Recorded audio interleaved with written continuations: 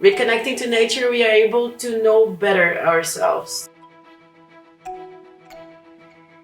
When we are in the city, we have this concept about ourself. So, what is myself? What is yourself? Hi, I am Angelica.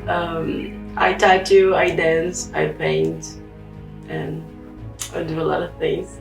So since I was like a kid, really small, I always liked it a lot to draw and paint and do those kind of things. I was like this kid that liked to be in silence in my room drawing. So in terms of illustration related to tattoo, I'm mostly inspired from what I see. Like I like to travel a lot.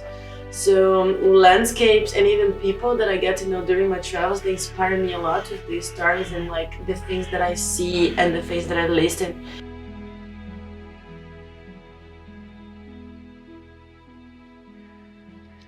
But when you're into nature, you're part of a bigger self, you know? You're really like, I don't know, but I feel that I'm like a big body. Like I'm not like, I'm me and I'm nature at the same time. It's not just about me, you know? Like everything is kind of connected, and when you're like in the sea or in the mountains or in the forest, you feel like hugely this connection. Then you're just like, wow, I'm part of something bigger than my own body, you know?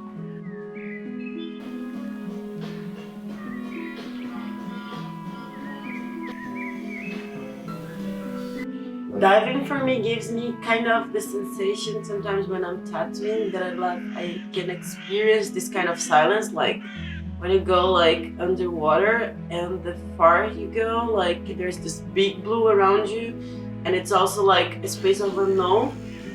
And I would say the art is quite the same, because even when I start to draw, I start from a point of nothing. Like you can give me some reference and stuff, but to really have to get into the unknown of yourself, it's like the same thing of diving. I dive into the story of the person that is in front of me. And surrender, I think this is really important about tattooing, because people that come to tattoo and they're not able to surrender the process, they suffer.